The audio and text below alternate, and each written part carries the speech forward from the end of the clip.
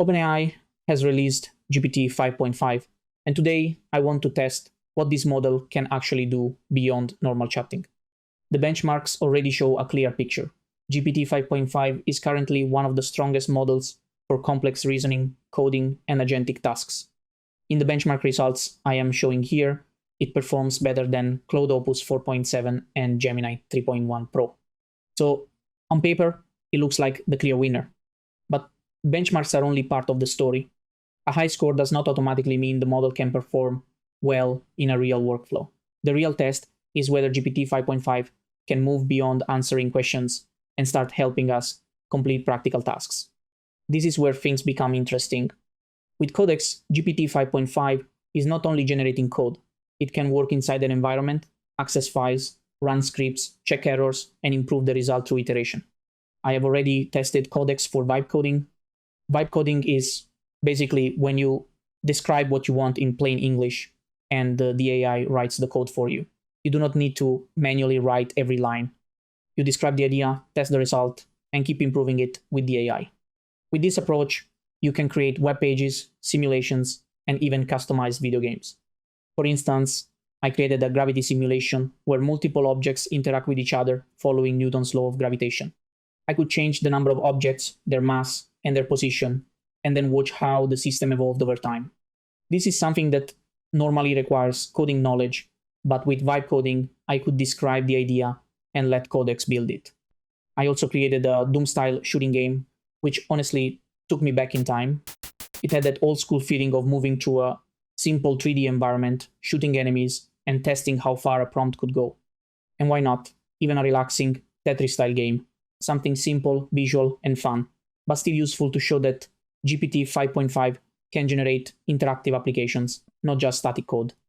But today, we are pushing the boundaries further. We are connecting ChatGPT 5.5 with Blender, and the goal is not just to create a simple 3D model. That would be too easy. Today, I want to see if GPT 5.5 can control complex professional software and complete more advanced creative and technical tasks. For this video, I prepared 4 challenges. The first challenge is character animation.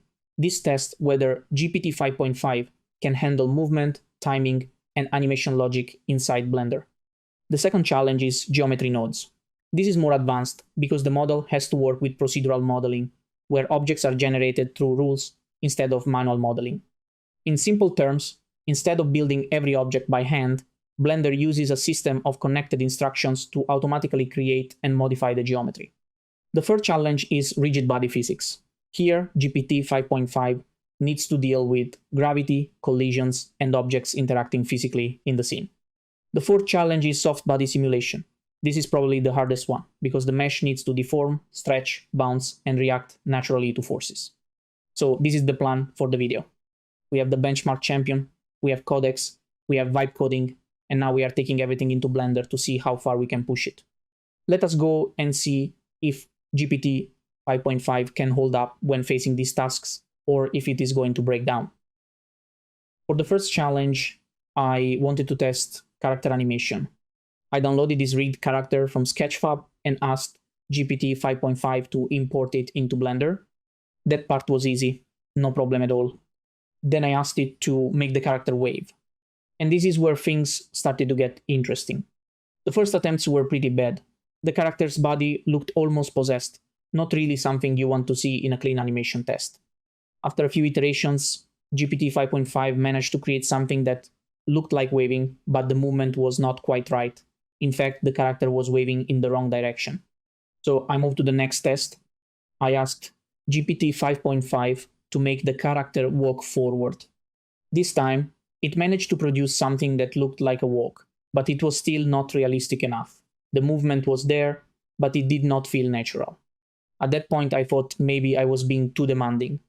So I went to Mixamo, downloaded a proper walking animation, and asked GPT 5.5 to apply it to the character. This worked much better. The result was actually pretty cool, but there was one issue: the character was floating slightly above the ground.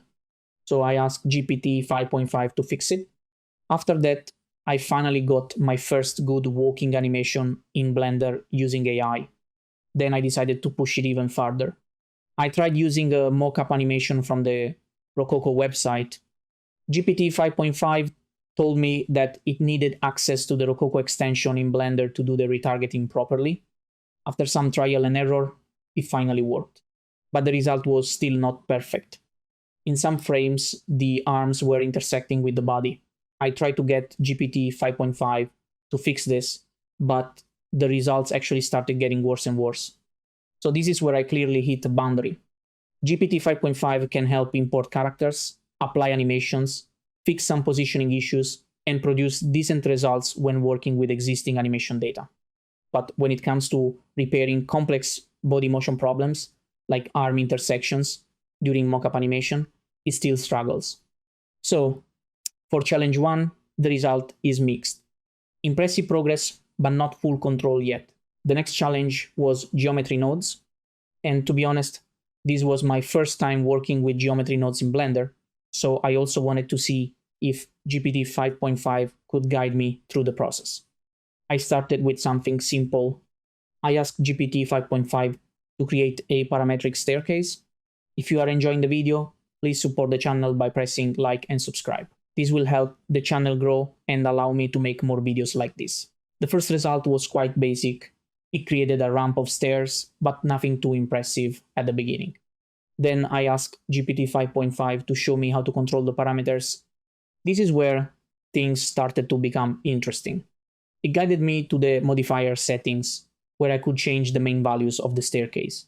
Then it also directed me to the geometry nodes editor, where I could see the structure behind the model. At this point, it started to feel very impressive. I was not just getting a 3D object. I was getting a parametric system that I could control. Then I pushed it further. I asked GPT 5.5 to create a spiral staircase. This was a much bigger challenge. The simple staircase only needed a few parameters, maybe around 4, such as number of steps, height, width, and depth. But the spiral staircase required many more controls.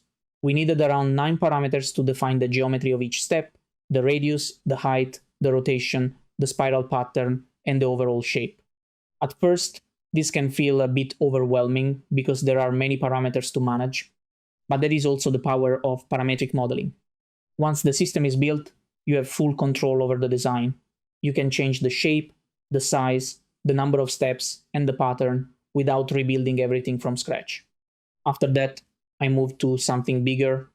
I asked GPT 5.5 to generate a full building geometry with different blocks of floors, consistent floor sizes, and also spiral patterns. This was really interesting because it moved from a simple object to something closer to architectural massing. One of my favorite results was the spiral tower. It produced a very beautiful artistic layout, and I could see how this type of parametric design could be used in real projects, especially during early concept design. The final test was even larger. I asked GPT 5.5 to create a parametric model for a high-rise building area in a city where I could control the patterns of multiple buildings. This was probably the most impressive part of the challenge. Instead of modeling one building, GPT 5.5 helped create a system where different buildings could follow controllable patterns. For this challenge, GPT 5.5 gets a full score. Bravo! The next challenge was rigid body physics. Rigid body physics is when Blender simulates solid objects that do not deform but can move, fall, collide, bounce, and knock each other over. So here, I wanted to see if GPT 5.5 could control the physics engine and simulate a chain reaction using domino pieces. I started with something very simple, just a straight line of dominoes. This was mainly to test whether the physics setup worked, including gravity, collisions, mass, and timing. Once the simple version was working, I asked GPT 5.5 to suggest more interesting ideas. One of the ideas was a fractal tree domino structure, and I decided to go with that. This was much more ambitious. Instead of a single line, the dominoes had to branch out again and again, almost like a tree. It took a few adjustments here and there to reach a structure with 4 branches, but eventually I managed to get something workable.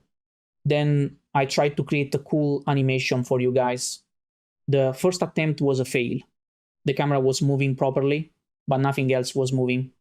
So basically, we had a nice camera animation watching a frozen domino setup. But after a few corrections, I finally managed to get it right. And this is where the result became really impressive. You can see the single line of dominoes branching again and again, triggering the famous domino effect across the whole structure. Honestly, I was very excited by this result. I did not expect something this beautiful from a physics test. For this challenge, GPT 5.5 did very well.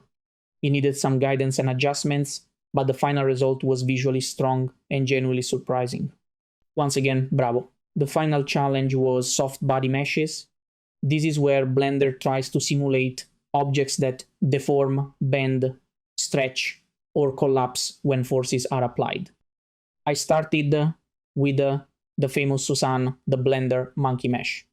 I asked GPT 5.5 to make Suzanne soft, and the result was not great.